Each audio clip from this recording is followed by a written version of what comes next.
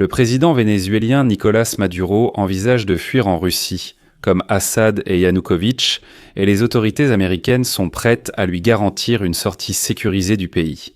Au sein de l'administration de Donald Trump, un scénario est en discussion selon lequel le président vénézuélien Nicolás Maduro recevrait l'autorisation de quitter le pouvoir et de quitter le pays, acceptant un exil volontaire en Russie. Les Américains disent « On t'assurera un corridor, tu pourras partir vivre tranquillement en Russie ». Aujourd'hui, Trump a annoncé être prêt à négocier avec Maduro après avoir envoyé le plus grand porte-avions près du Venezuela. Trump a déclaré que les autorités de Caracas avaient elles-mêmes demandé des négociations avec Washington afin de discuter de questions délicates. Il est révélateur que la veille, un groupe aéronaval de la marine américaine, dirigé par le plus grand porte-avions, l'United States Ship Gerald Ford, soit entré dans la mer des Caraïbes. Eh bien, avant cela, le chef du Pentagone, Pete Hegseth, a annoncé le début d'une attaque militaire, l'opération baptisée « Lance du Sud » contre les narcoterroristes en Baloucharie occidentale. La majorité des forces sont surtout proches du Venezuela. La veille, Maduro a tenté en vain d'inciter les Américains à s'opposer au plan de Trump et à protester contre la guerre. Cela a échoué, et désormais plusieurs sources affirment que Maduro serait prêt à fuir en Russie. Je m'appelle Alexei Pichi, discutons ensemble de ce sujet. Mais avant de commencer, je vous demande de vous abonner à cette chaîne, de mettre un like, d'écrire un commentaire détaillé sous cette vidéo et de vous abonner également à ma chaîne Telegram Pichi News. Le lien est dans la description. Nous y publions les actualités en temps réel. Si vous souhaitez soutenir le travail de cette chaîne YouTube, vous pouvez le faire via un don ou un abonnement payant en utilisant les liens et les informations dans la description de cette vidéo.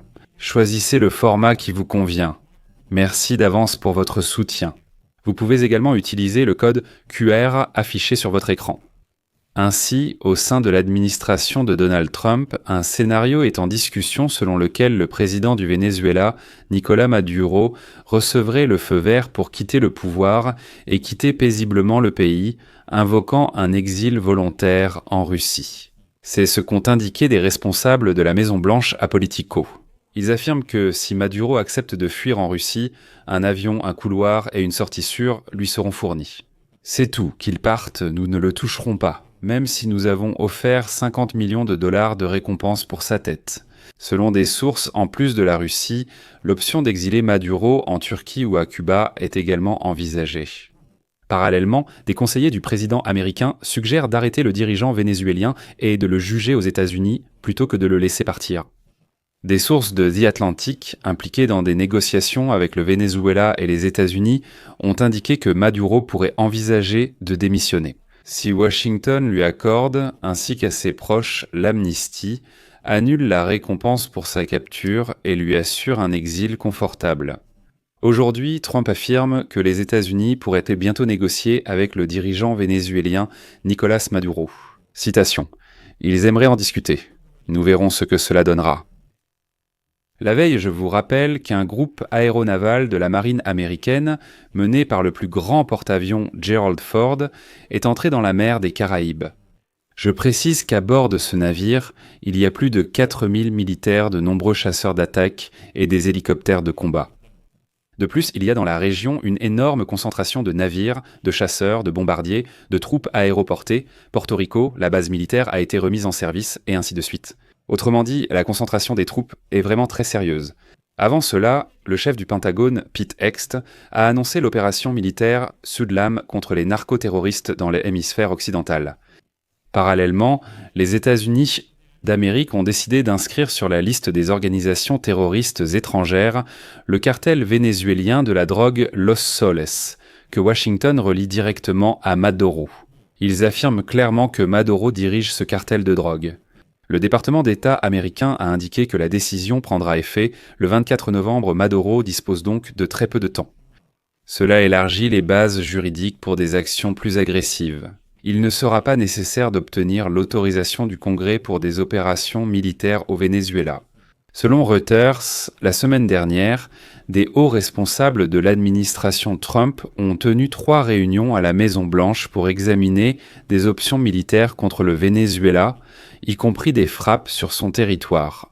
En août, je vous rappelle que Trump a signé une directive secrète qui a autorisé le Pentagone à utiliser la force militaire contre les cartels de la drogue latino-américains.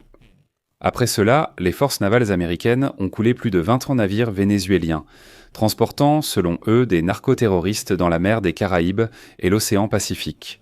D'après le Wall Street Journal, un mémo secret du ministère américain de la Justice justifiait les frappes car le fentanyl, un opioïde synthétique, pouvait servir d'arme chimique. En conséquence, si c'est une arme chimique, cela devient une question de sécurité nationale et, par conséquent, les Américains sont tout à fait justifiés de mener des frappes. Les autorités vénézuéliennes pensent que les États-Unis prétextent la lutte anti-drogue pour déclencher une guerre. Nicolás Maduro s'est adressé publiquement à Trump et l'a exhorté à ne pas déclencher de conflit armé. Parallèlement, selon The Atlantic, le dirigeant vénézuélien accepterait de démissionner si les États-Unis lui offrent, ainsi qu'à ses proches, l'amnistie, des garanties de sécurité et un exil confortable. Des représentants de l'administration américaine, qui ont déjà discuté de la politique à adopter, affirment que Washington pourrait permettre à Maduro et à ses proches de partir pour la Russie, la Turquie, l'Azerbaïdjan ou Cuba. À la Maison-Blanche, certains appuient l'arrestation de Maduro et son extradition aux États-Unis pour y être jugé. C'est du moins ce que dit toujours Marco Rubio, il insiste sur ce scénario. De plus, je rappelle que, sous la pression militaire des États-Unis, Maduro s'est publiquement adressé à Trump et l'a exhorté à ne pas déclencher la guerre. Mais il est évident que toutes ces supplications n'ont eu aucun effet. Si Maduro part en exil en Russie, il rejoindra le groupe des dirigeants étrangers qui n'ont pas réussi à rester au pouvoir et ont été contraints de demander l'asile à Moscou. Tous ces dirigeants ont déjà été soutenus par Moscou. En 2014, après la révolution de la dignité, le président ukrainien pro-russe Viktor Yanukovych a fui le pays. Après cela, il s'est installé dans un quartier huppé de la Roubliovka.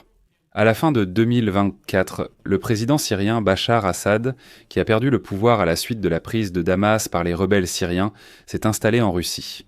Et il a pu s'installer dans le quartier huppé de la capitale russe, Moscou City, où ses proches possèdent des biens immobiliers.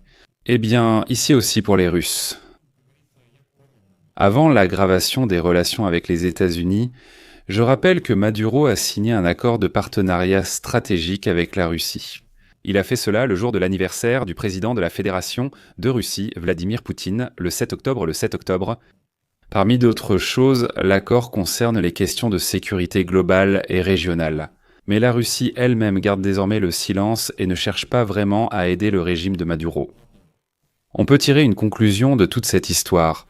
Trump a poussé la situation à son paroxysme pour forcer Maduro à partir volontairement. D'ailleurs, les États-Unis sont même prêts à garantir que Maduro pourra quitter le pays vivant. Trump a depuis longtemps ses protégés au Venezuela. Il s'agit de l'opposition dirigée par Machado, qui d'ailleurs a reçu cette année le prix Nobel de la paix, et entretient des relations étroites avec la Maison-Blanche. Je rappelle qu'elle est très proche de Trump et a dit vouloir partager ce prix avec lui. C'est pourquoi maintenant Trump est prêt à entamer des négociations avec le régime de Maduro. Mais il ne s'agit clairement pas de discuter de la façon dont ils pourraient coexister, mais plutôt de la manière dont Maduro pourrait partir en toute sécurité pour lui.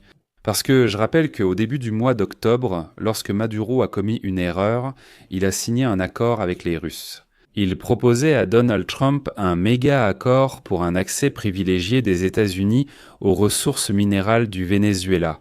Mais Trump a refusé cet accord. Il a suggéré que nous aurions accès à ces ressources minérales, mais sans toi. Je vais mettre des points de suspension ici. Donnez votre avis, écrivez vos conclusions dans les commentaires sous cette vidéo, abonnez-vous à la chaîne, activez la cloche et n'oubliez pas de mettre un like. C'est tout pour aujourd'hui, prenez soin de vous. À suivre.